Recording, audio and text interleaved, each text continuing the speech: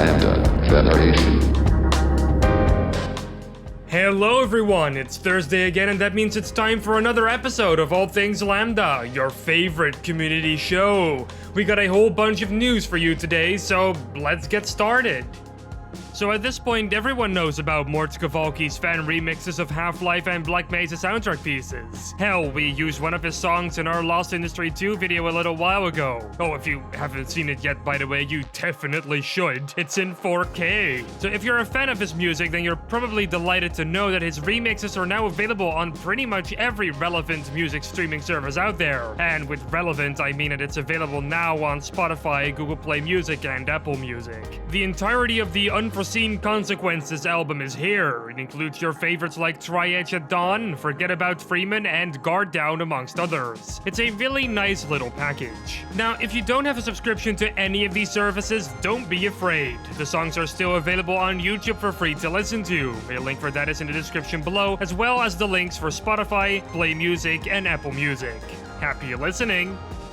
About a week ago, CROWBAR Collective released the Gonarch Battle into Black Mesa Zen, and I did an entire livestream celebrating the fact, playing through the entirety of it, and it was a blast. However, the battle wasn't perfect. There were some things broken here and there that required a hotfix to be released a bit later to fix these issues. Stuff like game crashes, stability issues, and even some problems with the new UI has all been fixed with this update. Now, there are still some issues left in this new build, like the Gonarch getting stuck in certain parts of the level, baby headcrabs getting into your rocket's line of fire, and more, but these problems will all be fixed in time. If you want to see the entire changelog for yourself, I've left a link in the description below for you to check it out. The deadline came and passed on the Map Labs and LambdaGeneration Half-Life Abridged Mapping Challenge. Thank you to everyone for participating. To celebrate all the maps being handed in, I did a two-part livestream playing through all of the maps included, even a secret bonus map at the end. It was a whole lot of fun and I failed quite a bunch of times. Both parts can now be watched on the channel. Apart from that, the actual release of the map pack will be somewhere after the judging deadline, which falls on the 19th of August. Keep an eye out on MapLab's Twitter page for more info on that coming soon. Also, since I'm a judge in this competition, it's worth noting that I will be playing through the maps again, this time with a more critical eye. The live streams were just my first impressions, and they do not represent my final judgment at all. Just wanted to let you all know. The live streams can be found linked in the description below, as well as MapLab's Twitter page. Thunder's Leaves, the mod that lets you play as a rebel mastering the same Combine technology that they're using against you, now has a shiny Steam page. The Steam page contains a short synopsis of the story, some system specs, and a mature content warning that states that it may not be appropriate to view at work. Huh. I do what I want! Another interesting observation is that the mod now also has a publisher. Rock Path Collective published games like My Super Tower 2, Breath of Warfare, and of course, our favorite, Snake Escape.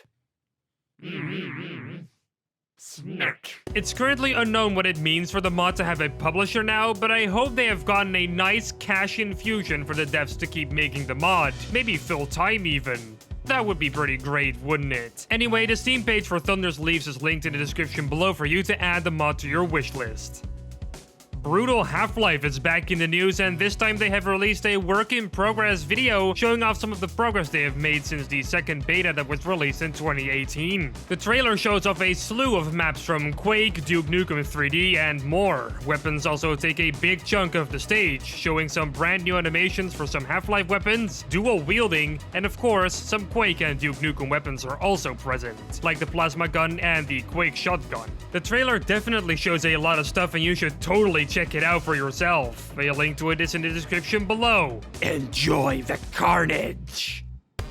Cosplay is a larger part of the Half-Life community than I thought. It seems like I'd be talking about cosplay at least once a month, and that's totally rad. So today we're keeping that trend up and we're going to talk about a HEV-Suit that is primed and ready to be 3D printed. Yes, that's right. ArtStation user Bradley Morgan Johnson has created 3D models of the hard bits of the HEV-Suit for a commission for a cosplayer. It's absolutely stacked with details, and if it turns out well through the printer, it would be a very impressive looking HEV-Suit. The design itself is supposed to be a mix between the Mark IV and the Mark V suits, bringing both Half-Life 1 and 2 together into one design. It looks pretty amazing. If you want to see these pictures for yourself, there is a link to Bradley Morgan Johnson's ArtStation page in the description below. So this is something I wish we caught earlier, but apparently there is a Source Engine MMO-RPG in the works. It's called Infestus and it takes place in a kingdom that is in chaos because of a dark and evil enemy that wants to plunge the kingdom in darkness. This mod has been in development for several years now and it has just been given its 6th beta in July, so it's still actively being worked on as we speak. And yes, you can get access to the beta by signing into your Steam account via their website. It's a closed beta, so a key is required, and there are only 83 keys left to grab, at least at the time of writing, so you gotta be quick. Even I claimed a key, so we might be able to play together. Wouldn't that be fun? A link to the official ModDB page is in the description below, as well as a link to their website where you can go ahead and claim your key. Yeah, it's unfortunate that they only have a limited amount of keys for Infestus, but you know what's unlimited? Following us on social media. They're on screen right now. Social media pages don't have follower limits, do they? Absolutely not. Oh, and join us on Discord too. It's also linked in the description below. Also, follow me on Twitter. It's @FarLoomy, and I post intelligent things pretty much all the time.